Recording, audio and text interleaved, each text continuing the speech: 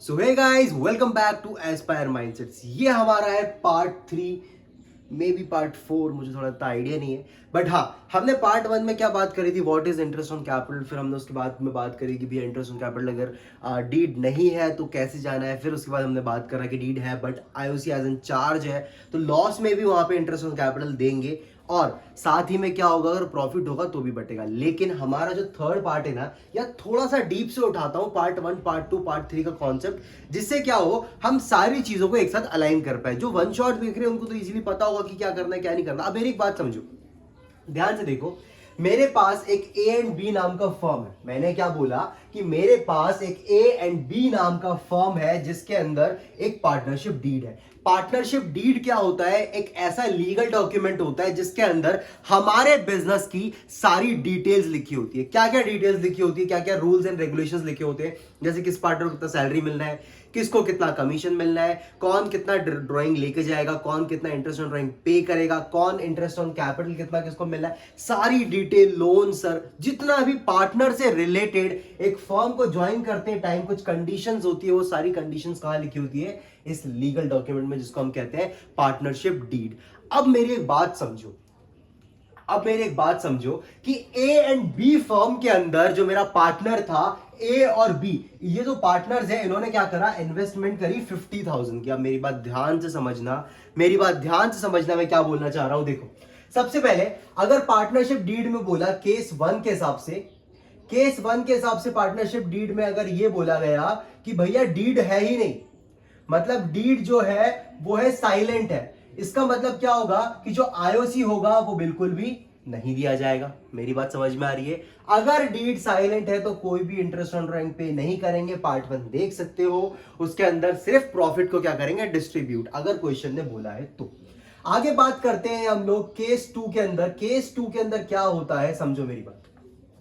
अगर बोला कि डीड है, क्या बोला इस बार? डीड जो है प्रेजेंट है और उसने आईओसी भी देके रखी है, और ये बोला कि जो आईओसी है वो 10% पर एनम के हिसाब से जाना है, बराबर।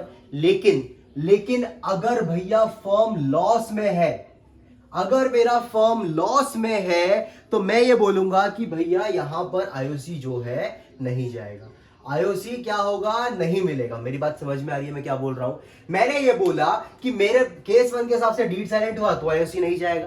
केस 2 के हिसाब से डीड है, फर्म के अंदर लॉस हुआ है, प्रॉफिट नहीं हुआ। मैंने क्या कहा? लॉस हुआ है, प्रॉफिट नहीं हुआ, तो इस केस में, सिनेरियो में भी आईओसी नहीं दिया जाएगा। लेकिन मेरे को एक बात बताओ, अगर हमारे इसमें केस 4, यहां पर जगह नहीं है, यहां लिख देता हूं।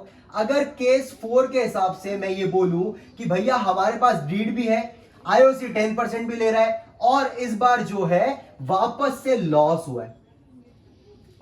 लॉस हुआ है, प्रॉफिट होगा तो बटेगा ही बटेगा, बराबर। लेकिन मैंने केस 4 में क्या कहा? सारी चीज सेम है, लॉस हुआ है, तो फिर भी यहां पर आईओसी जो है दिया जाएगा। क्यों दिया जाएगा? अगर इस आईओसी के क्वेश्चन में, जो यहां पर हम आईओसी बांट रहे हैं ना, उसमें अगर लिखा है एज चार्ज अगेंस्ट प्रॉफिट अगर लिखा हुआ है, तो इस सिनेरियो में कोई फर्क नहीं पड़ता कि आपका फर्म लॉस में है या फिर प्रॉफिट में है। आपको जितना डिसाइडेड किया था आईओसी देना है, उतना आईओसी आपको देना पड़ेगा। मेरी बात समझ में आई? मैंने क्या बोला? मैंने ये बोला कि भैया केस 1 में अगर डीड साइलेंट है तो आईओसी नहीं देंगे। आगे बात करते हैं केस 2 में, क्या है? डीड प्रेजेंट है लेकिन लॉस हुआ है, इस सिनेरियो में भी नहीं देंगे। लेकिन केस 4 के अंदर, केस 3 होगा बेसिकली, 2 के बाद तो 3 आता है ना। केस 3 के अंदर भैया, 3 के अंदर क्या बोला कि सारी चीजें, डीड भी है मतलब देना है, दूसरी चीज लॉस हुआ है, तो लॉस में तो हम नहीं देते थे। लेकिन अगर वहां पे IOC as charge against profit वगैरह लिखा हुआ है, चार्ज लिखा हुआ है, एज चार्ज लिखा हुआ है, अगेंस्ट प्रॉफिट लिखा हुआ है, चार्ज अगेंस्ट प्रॉफिट ऐसा लिखा हुआ है, क्वेश्चन को ढंग से रीड करना, उस सिनेरियो में भले लॉस हो या प्रॉफिट हो, आपको डिस्ट्रीब्यूट करना पड़ेगा। इसका प्रीवियस जो वीडियो था वो हमारे लॉस के ऊपर ही था, ध्यान से आप देख सकते हो। चलो अब आगे बात करते हैं। देखो, अब बात करते हैं कि एक सबसे इंपॉर्टेंट केस आता है, सबसे इंपॉर्टेंट जो हम इस वीडियो में करने वाले हैं, तो थोड़ा सा रिवीजन दे दिया मैंने कि हमें करना क्या है। अगर जो भी यहां से स्क्रीनशॉट लेने ले लो, साइड हट गया। अब मेरे एक बात ध्यान से समझो, अगर मैं बोलूं कि अगर क्वेश्चन के अंदर ये लिखा है कि interest on capital as appropriation, appropriation क्या होता है? अप्रोप्रिएशन का मतलब ये होता है कि आपके इसमें 3 केस आते हैं अप्रोप्रिएशन के अंदर। एक सेकेंड देखो, केस 4 आईओसी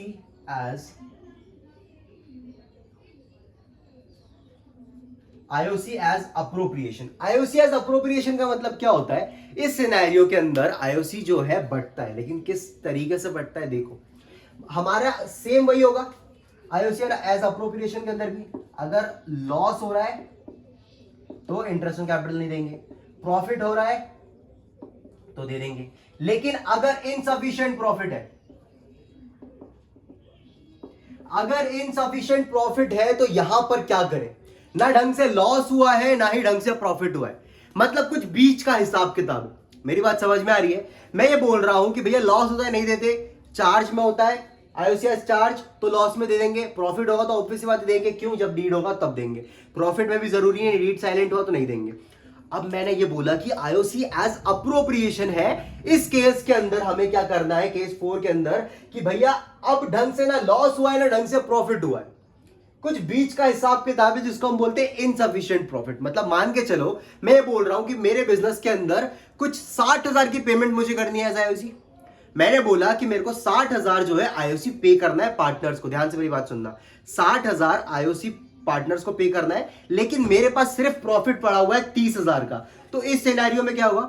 एक सेकेंड, हाँ, तो हम कहां पे थे? मैंने ये बोला कि मेरे पास आईओसी एज अप्रोप्रिएशन है। इसका ये मतलब है कि एक क्वेश्चन हमारे पास आएगा जिसके अंदर ये होगा कि या तो पूरा होगा तो पूरा जाएगा, नहीं होगा तो कुछ भी नहीं जाएगा। लेकिन मेरी एक बात समझो, अगर इस क्वेश्चन के अंदर कहीं पर ये लिखा हुआ है कि ना ढंग से प्रॉफिट हुआ है ना ढंग से लॉस हुआ है, तो जब प्रॉफिट और लॉस एक बराबर तरीके से नहीं हुआ तो इस सीन में क्या करना है? हमको कुछ नहीं करना। एक लॉजिक समझो, मेरे बिजनेस के अंदर मान के चलो मैंने क्या बोला, ध्यान से मेरी बात समझो, मैंने क्या बोला कि मेरे को आईओसी देना है कितना? 60,000 आईओसी देना है, और मेरे पास प्रॉफिट कितना पड़ा हुआ है? नेट प्रॉफिट वो पड़ा है 30,000। मेरे एक्सपेंसेस ज्यादा है, मैंने क्या बोला कि मेरे पास आईओसी मुझे पे करना है 60,000, मेरा नेट प्रॉफिट है 30,000। तो मैं यहां बोल सकता हूं कि मेरा जो एक्सपेंसेस है वो ज्यादा है क्योंकि ये पे करना है मेरे को, और जिससे मैं पे करने वाला जो प्रॉफिट है वो मेरे पास कम है। तो इसको क्या बोलते हैं? ना ढंग से प्रॉफिट हुआ ना लॉस हुआ, इनसफिशिएंट प्रॉफिट है जिससे हम पूरी तरीके से पे नहीं कर पाएंगे। लेकिन है तो पार्टनर्स का ही ना, देना तो पार्टनर्स को ही है। तो इस सिनेरियो में क्या होता है कि भैया आपके पास जो 30,000 का प्रॉफिट था ना, आप वो 30,000 को ही डिस्ट्रीब्यूट कर दोगे। किसको डिस्ट्रीब्यूट कर दोगे? डिविजिबल प्रॉफिट किसको दोगे? हमारे जो ओल्ड पार्टनर्स है उनको। हमारे जो पार्टनर्स है उनको हम क्या करेंगे? यही 30,000 बांट देंगे। अब मेरे को एक बात बताओ, ये जो 30,000 बटेगा वो किस में बटेगा? जो हमारा नॉर्मल प्रॉफिट शेयरिंग रेशियो होता है उसमें बिल्कुल नहीं बटने वाला। क्यों? क्योंकि ऐसा गलत नहीं होना चाहिए किसी का प्रॉफिट ज्यादा किसी को। तो इसमें क्या होगा कि किसी को, देखो नॉर्मल पीएसआर कैसा है, मान के चलो किसी ने इन्वेस्टमेंट करी, एक है जिसका 1:2 का रेशियो है, ठीक है, और उस जगह पे किसी पार्टनर ने जो है कैपिटल के टाइम पे उसको इंटरेस्ट ऑन कैपिटल 1 जिसका रेशियो है उसको ज्यादा मिलना हो तो उसको तो कम हो जाएगा। तो इस सिनेरियो में क्या होगा कि हम क्या यूज करेंगे? Capital ratio. क्या यूज करेंगे? Capital ratio. कैपिटल रेशियो होता क्या है, निकालते क्या है, सब बताता हूं एक क्वेश्चन के साथ, इसको सॉल्व करते हैं जिससे तुम्हें इजीली पता चल जाएगा कि interest on capital as charge है तो हमको किस तरीके से सॉल्व करना है। हाँ तो बच्चों, आईओसी एज अप्रोप्रिएशन का क्वेश्चन है मेरे पास, जैसे कि एबीसी फर्म है, वहां पे एबीसी पार्टनर्स है, इनका कैपिटल 60, 40 एंड 20। आईओसी एज 10% जाएगा, लेकिन यहां पर क्वेश्चन में प्रॉपर लिखा रहेगा एज अप्रोप्रिएशन जो है हमारा इंटरेस्ट ऑन कैपिटल जाना है। तो मेरे को एक बात बताओ, मेरे पास नेट प्रॉफिट कितना है? मेरे पास नेट प्रॉफिट 6,000 है। अब अगर मैं बोलूं कि नॉर्मल सिनेरियो में अगर मैं इंटरेस्ट ऑन कैपिटल निकालूं, interest on capital of partner A is equal to कितना है इसका? 60,000 मल्टीप्लाइड बाय 10 डिवाइड बाय 100, तो इसका परसेंटेज वैल्यूएशन कितना आ जाएगा? 0 से 0 गया तो यहां पर 6,000। वैसे ही आईओसी ऑफ बी का कितना आ जाएगा? 4,000, और वहीं पर आईओसी ऑफ सी का आ जाएगा हमारा 2,000। अब मेरे को एक बात बताओ, टोटल मैंने क्या बोला कि मेरा जो टोटल आईओसी है वो इस परसेंटेज के हिसाब से कितना आ रहा है, टोटल आएगा 6 4 10 2 12, तो 12,000 जो है मेरे को टोटल एक्सपेंस पे करना है। मेरे को क्या करना है, टोटल मेरा एक्सपेंस कितना है, टोटल एक्सपेंस कितना है मेरा, 12,000 का टोटल एक्सपेंस है। अब मेरे को एक बात बताओ, मेरे पास नेट प्रॉफिट कितनी प्रेजेंट में भी रखी हुई है इस साल के अकॉर्डिंग, मेरे पास नेट प्रॉफिट है 6,000 का। तो मेरे को एक बात बताओ, यहां पर शॉर्टेज कितने थाउजेंड का है, यहां पर शॉर्टेज अगेन 6,000 का है, क्योंकि मेरे को पेमेंट करनी है 6,000 की, पेमेंट करनी है 12,000 की है मेरे पास। 6,000 पे करने के बाद मेरे को 6,000 देने पड़ेंगे। लेकिन एक बात बताओ, अगर मेरे पास इनसफिशिएंट प्रॉफिट है तो पार्टनर्स भी ये बात समझेंगे, वो भी ये बोलेंगे कि ठीक है, अरे काम करो, आपके पास इस साल नहीं, कोई बात नहीं, हम एडजस्ट कर लेंगे, आप एक काम करो, हमको कैपिटल रेशियो के हिसाब से इंटरेस्ट ऑन कैपिटल बांट दो। मेरी बात समझ में आ रही है? पार्टनर ये बोलेंगे कि मेरे को इंटरेस्ट ऑन कैपिटल जो है, अगर इनसफिशिएंट प्रॉफिट है तो यहां पर जो है कैपिटल रेशियो के हिसाब से मेरे को बांट दो। तो कैपिटल रेशियो, पहली बात होता क्या है, सबसे पहले ध्यान से समझो, कैपिटल रेशियो निकलता कैसे, यहां पर निकाल देते हैं। देखो, कैपिटल रेशियो के लिए सबसे पहले एक बॉक्स बना लेता हूं, मैं यहां पे लिख देता हूं कैपिटल रेशियो। कैपिटल रेशियो क्या होता है, जितनी तीन पार्टनर से कैपिटल है, मान के चलते हैं इसका कितना है 60,000, इसका है 40,000, देन इसका है 20,000। तो ये जो तीनों कैपिटल है ना, A1 2 और 3, मतलब A B C का कैपिटल है, इसके कॉमन जीरो को कट कर देंगे तो कितना बचेगा, तो यहां पर आ जाएगा 6 4 और 2। अब ये कॉमन अगर किसी एक टेबल से कट रहा हो तो काट दो, जैसे 2 1 2 2 2 4 2 3 6, तो ये भी हमारा यहां पे डिवाइड हो गया। तो मेरा फाइनल जो है कैपिटल रेशियो कितना आ गया मेरा, A B और C का कितना आया 3 2 और 1। तो जो मेरा 6, ये जो मेरे पास प्रॉफिट है नेट प्रॉफिट 6,000 का, वो किस रेशियो में डिवाइड होगा, 3 2 और 1 के अंदर। कैसे डिवाइड करना है प्रॉपर हम लोग वो देख लेते हैं। एक बार इसकी स्क्रीनशॉट ले लो, फिर मैं रफ करके P&L अप्रोप्रिएशन बना लेता हूं, मैं साइड हट गया हूं, एक बार स्क्रीनशॉट ले लो। Okay, that's it. चलो अब बात करते हैं 3 2 1 है ना, याद रखना 3 2 1 रेशियो है अपना। चलो देखते हैं P&L अप्रोप्रिएशन के लिए सबसे पहले यहां पे रेशियो लिख देता हूं 3 2 और 1। 3 to 1 का रेशियो डिवाइड होगा, 1 मेरे से कभी ढंग से क्यों नहीं बनता, चलो कोई बात नहीं, आगे बढ़ते हैं। ओके, P&L अप्रोप्रिएशन का फॉर्मेट क्या होता है, सबसे पहले एक लाइन आएगी, उसके बाद दूसरी लाइन आएगी, बीच में हमारा अमाउंट आएगा, फिर हमारा एक और अमाउंट आएगा। यहां पर लिख देंगे हम लोग पर्टिकुलर अमाउंट, पर्टिकुलर अमाउंट। 12 के बच्चे को फॉर्मेट तो आना चाहिए, debit profit and loss appropriation account. बराबर है क्या, यहां तक की बात बराबर है क्या? अब मेरे को एक सिंपल सी वो बताओ, अकाउंटिंग को फिल कैसे करते हैं। अगर मेरे पास नेट प्रॉफिट इधर आएगा, नेट लॉस होगा तो इधर आएगा, यहां पे क्या लिख दूंगा मैं, बाय नेट प्रॉफिट या फिर बैलेंस ब्रॉट डाउन या फिर प्रॉफिट एंड लॉस अकाउंट, आपकी मर्जी, मैं नेट प्रॉफिट यूज करता हूं। चलो यहां पर कितना आ जाएगा नेट प्रॉफिट, 6,000 का नेट प्रॉफिट आ गया। मेरे को एक्सपेंसेस पे करने हैं, यहाँ पे सारे एक्सपेंसेस होते हैं और यहाँ पे सारे इनकम आता है। एक्सपेंसेस कितना पे करना है, मेरा एक्सपेंसेस कितना आया था, इंटरेस्ट ऑन कैपिटल कितना बटना था, इंटरेस्ट ऑन कैपिटल बट रहा था हमारा कुछ 12,000 का, जिसमें 6,000 4,000 एंड 2,000 इंक्लूडेड था। लेकिन मेरे पास तो है ही नहीं, 6,000 से तो बट ही नहीं सकता, लॉस में लॉस भी नहीं है ना प्रॉफिट है, इनसफिशिएंट प्रॉफिट है। तो यहां पर जो मेरा इंटरेस्ट ऑन कैपिटल होगा वो कैपिटल रेशियो में जाएगा, और मेरा कैपिटल रेशियो कितना निकला था 3 to 1। कैसे निकला था सबको बराबर पता है। अब देखो यहां पर थोड़ी स्पेस की कमी है, इसलिए मैं यहां पर जो है कैलकुलेशन करके दिखा रहा हूं, लेकिन अपने यहां अलग से वर्किंग नोट के अंदर कैलकुलेशन करना, मैं यहीं पर कैलकुलेशन कर रहा हूं बराबर।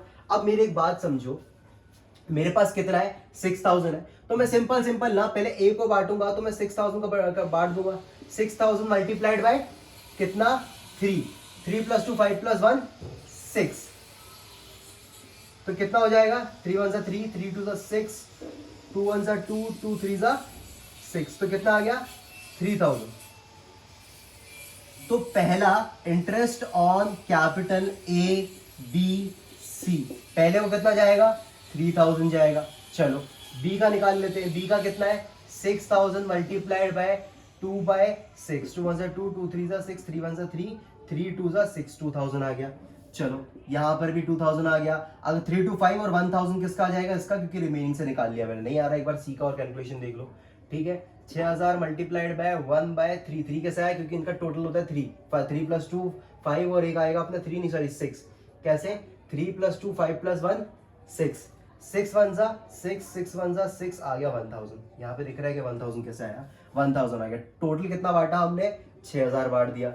अब एक बात बताओ, अकाउंट क्लोज कैसे करते हैं, जिस तरफ ज्यादा होता है उसको दोनों साइड लिखते हैं। ये अकाउंट थोड़ा मैंने अलग तरीके से क्लोज करा है क्योंकि मेरे को पता था कैसे होता है। बेसिकली हम करते क्या है, उस तरफ का ज्यादा था वो इधर भी लिख देंगे, दोनों साइड का टोटल जिस तरफ आता है वो उस तरफ लिख दिया। फिर क्या करा हमने, आईओसी बांट दी, किसको बांटा, 6000 को इसमें बांट दिया। लेकिन ये यहाँ पे लिखते नहीं, जगह की कमी थी इसलिए मैंने यहाँ पे लिखकर समझा दिया। बट ये हमारा जो है proper profit and loss appropriation account बन चुका है, जहां पर हमने इनसफिशिएंट प्रॉफिट से इंटरेस्ट ऑन कैपिटल बांटा है, जो कि हमारा पार्ट 4 है वीडियो का। और किसी को अगर समझ में नहीं आया तो उसको स्क्रीनशॉट लेके रिप्ले करके देख लो। और एक बार और मैं समझाता हूं, स्क्रीनशॉट ले लो, मैं हट जाता हूं ऐसे। अब मेरी एक बात समझो कि देखो इंटरेस्ट ऑन कैपिटल क्या है, बहुत बेसिक टॉपिक है। अगर हमको इंटरेस्ट ऑन कैपिटल बराबर तरीके से बन गया तो हम आगे के सारे अकाउंट्स को इजीली कर सकते हैं। क्यों, क्योंकि हर इसमें इंटरेस्ट ऑन कैपिटल जाता ही है, इंटरेस्ट ऑन ड्राइंग जाता है, कमीशन जाता है, बहुत रेयरली होता है, लोन भी रेयरली होता है, बट हमको आने चाहिए सारे पॉइंट्स बराबर। सैलरी वगैरह की कैलकुलेशन देखेंगे आगे।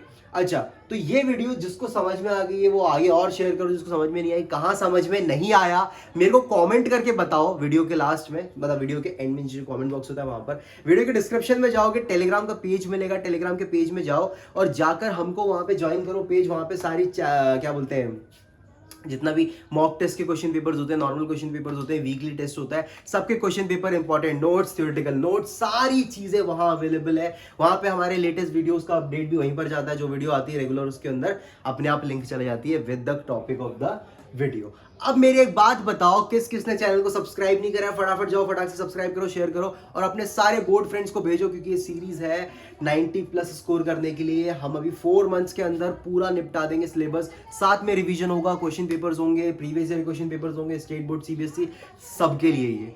Okay, thank you.